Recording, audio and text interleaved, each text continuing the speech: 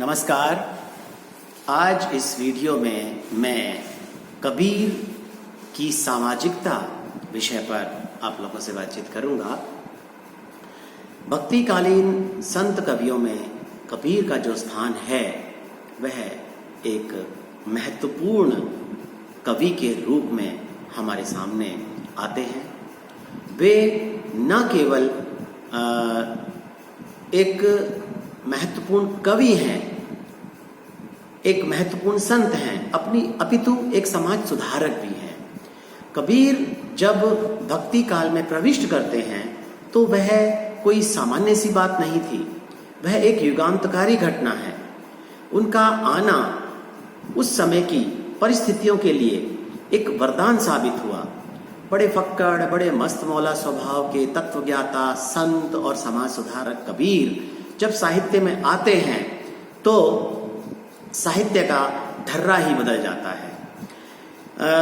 वे एक उच्च कोटि के समाज सुधारक दिखाई पड़ते हैं। जिन परिस्थितियों में कबीर का जन्म हुआ, उस समय की परिस्थितियां काफी विषम परिस्थितियां थी। राजनीतिक और सामाजिक दृष्टि से देखें तो देश और समाज दोनों ही दृष्टियों से पतन की ओर जा रहा था।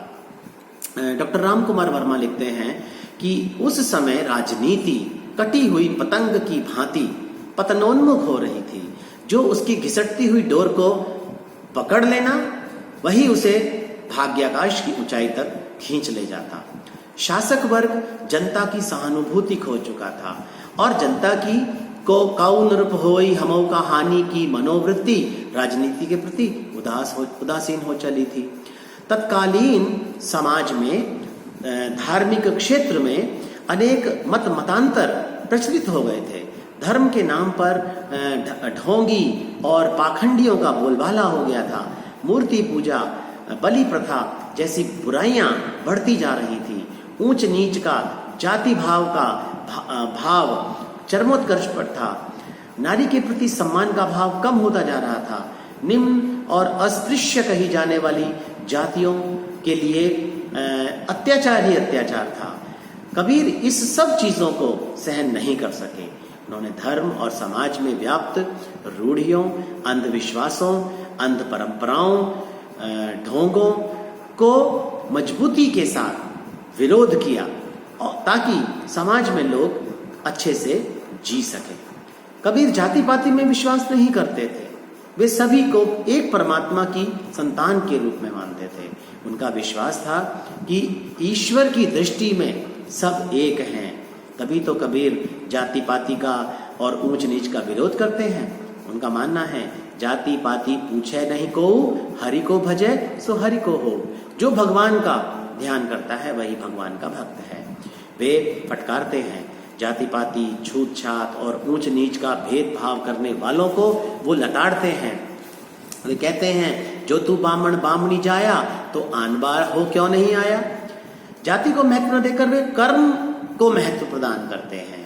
तभी वे उस व्यक्ति को सबसे ऊंचा मानते हैं जो कि कर्म को महत्व देता है। मुल्ला मौलवियों को, ब्राह्मणों को वे कठोर भाषा में जवाब देते हैं। वे कहते हैं हिंदू अपनी करे बड़ाई, गागर छुबन न देई, वैश्या के पायंतर सोवे, यह देखो हिंदू भाई। इसी प्रकार से मुसलमानों का भी वो विरोध करते हैं कि मुसलमानों के पीर औलिया मुर्गी मुर्गी खाई, खाला केरी बेटी ब्याह है घर में करे सगाई। मूर्ति पूजा का विरोध करते हुए कहते हैं पाथर पूजे हरि मिले तो मैं पूजूं पहाड़, ताते तो चाकी भली पीस खाए संसार। और इधर मुसलमानों को भी वो लताड़ लगाते हैं कि काकर पाथर जोड़ी के मस्जिद लई चुनाए, ताचड़ी मुल्ला बांग दे क्या बहरा भया खुदाए।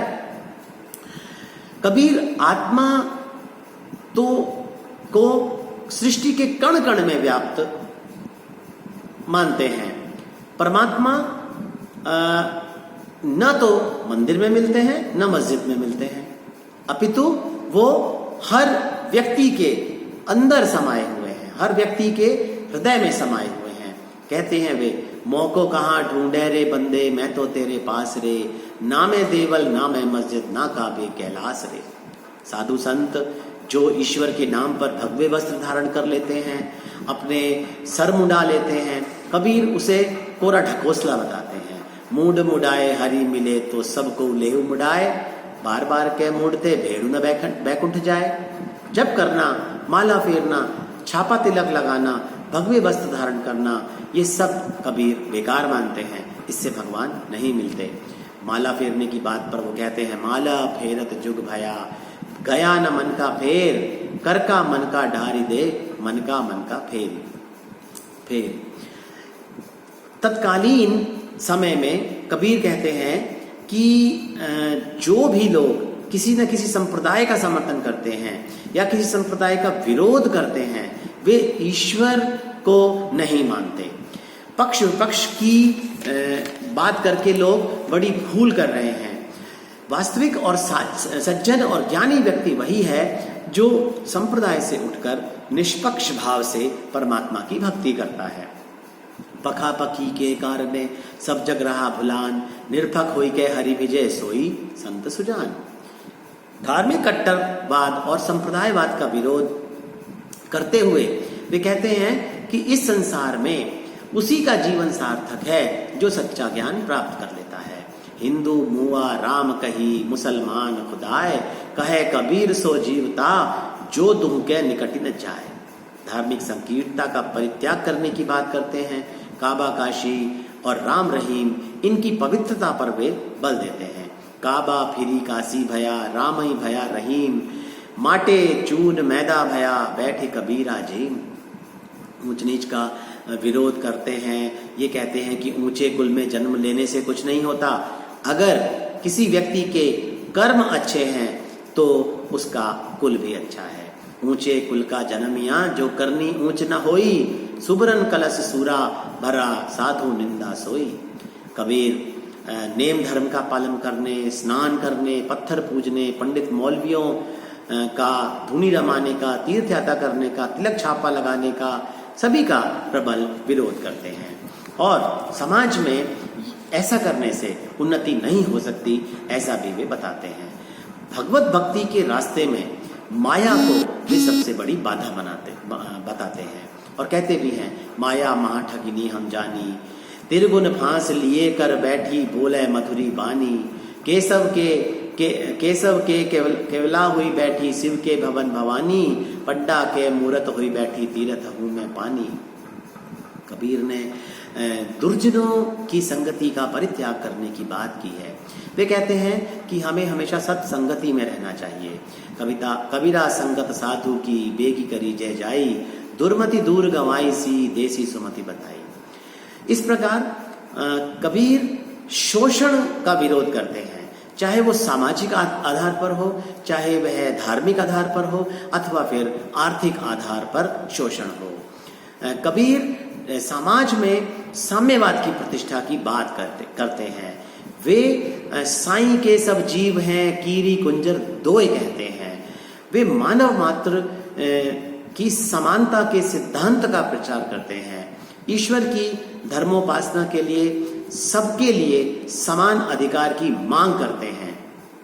वे जनता की धर्मांधता और शासकों की नीति के कारण हिंदू और मुसलमान के पारस्परिक विरोध को देखकर दुखी होते थे। धर्म के सच्चे रहस्य को भूलकर नकली लोगों को, जो कि कृत्रिम विभेदों द्वारा उत्तेजित होते हैं और जातियों और धर्म के नाम पर लड़ते हैं, अधर्म करते हैं, इससे वे बड़े दुखी होते हैं।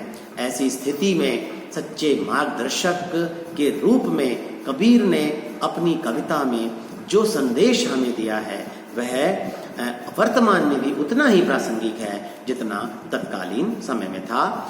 सचमुच कबीर ने समाज की बुराइयों को देखा, उनको समझा और जी जान से उन बुराइयों को दूर करने का प्रयास भी किया और उनका समाज सुधार की दृष्टि पर भारी प्रभाव भी पड़ा। सामाजिक और धार्मिक क्षेत्र में नवीन चेतना का स्वर फूंकने वालों में कबीर अद्वितीय कवि के रूप में हमारे सामने आते हैं। धन्यवाद।